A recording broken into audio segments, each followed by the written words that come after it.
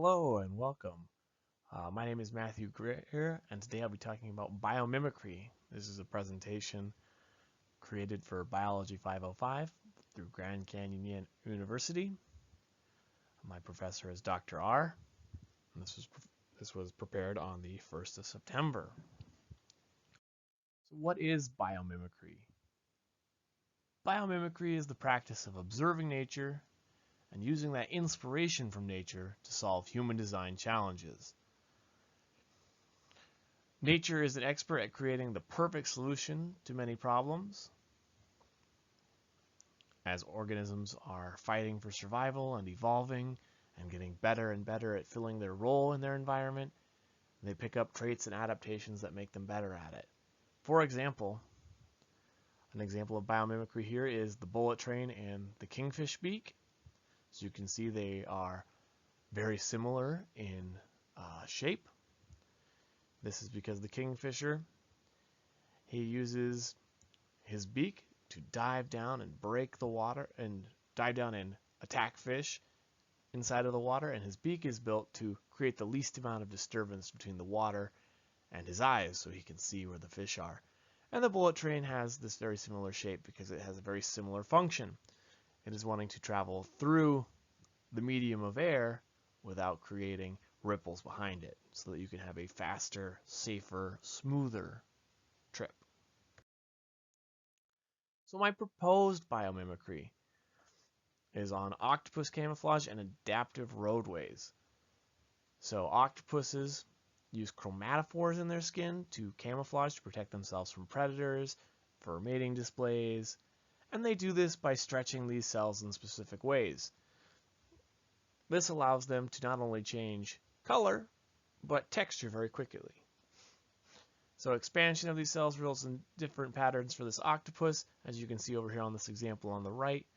This octopus is kind of hidden. Here's his, you can see the same structures, but he's all bumpy here, and here he's more smooth. This is because he's able to expand those chromatophores and assume these new colors and textures. And my proposal is that we use that on roadways. So asphalt roads contribute to global warming. They have a very low specific heat, so they're warming and adding all this convection to winds and local environments, adding all this extra heat. I feel that by creating adaptive roads that can change color, that are more reflective when they're not currently being used. If they're adaptive, they have these kind of, like a octopus has a central nervous system, they have this kind of intelligence to them and programming that allows them to adapt. If there's a lot of traffic, they're more visible. If it's a highway in the middle of Nevada and nobody's on it, maybe it changes to a more natural color that reduces kind of this extra heat that's added. In addition, just like the octopus can use his to kind of be flashy or promote things, I think that these adaptive roads could be used to display signals or warnings, give warnings about road closures. I think it'd be cool if there's some kind of technology that could be developed to have different textures, so that if you're coming up on a dangerous area, the roadway could adapt itself to form kind of a rumble strip to kind of get you to look up or look at the road and see what the warning was, what was coming up ahead. Road out, or mudslide, or there's a wreck coming up, or emergency services are in an area. I think that by having a roadway that can talk essentially and give this information, you increase the time and you increase the function of the road.